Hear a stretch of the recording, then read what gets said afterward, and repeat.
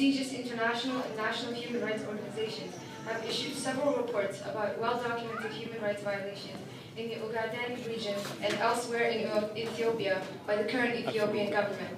The international community has remained tight-lipped about those violations for the last 20 years, however.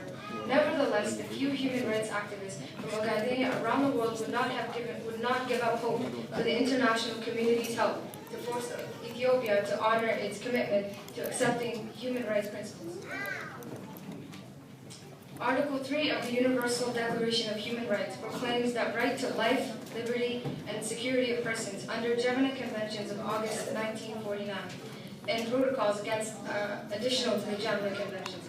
In case of armed conflict, not of an international character, principles of humanity must be safeguarded in all situations. Acts prohibited in all circumstances include murder, torture, corporal punishment, mutilations, outrages upon personal dignity, hostage-taking, collective punishments, executions without regular trial, and cruel degrading treatments.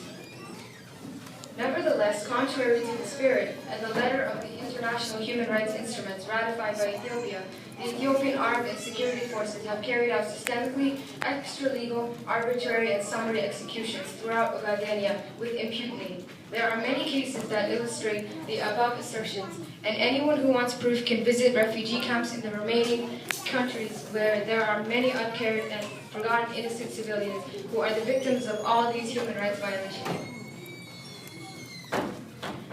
One thing we would like to mention here is the torture methods employed against detainees by the Ethiopian Armed Security Forces and the Liu police in the Ogaden region.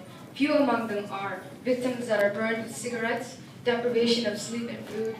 Victims are left for extended periods in prostrate positions under the burning sun with their hands and legs tied together behind their back, forcing detainees to drink urine and salty water, and indiscriminate beating with gun butts, barrels, heavy sticks, and iron bars, gang raping of women, and child molestation.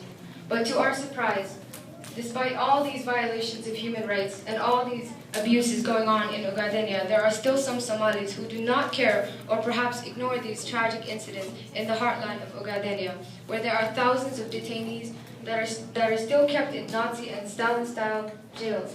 Shame on these people. We, the benevolent Somalis, must enlighten our Somali people and the international community at large. Assalamu alaikum.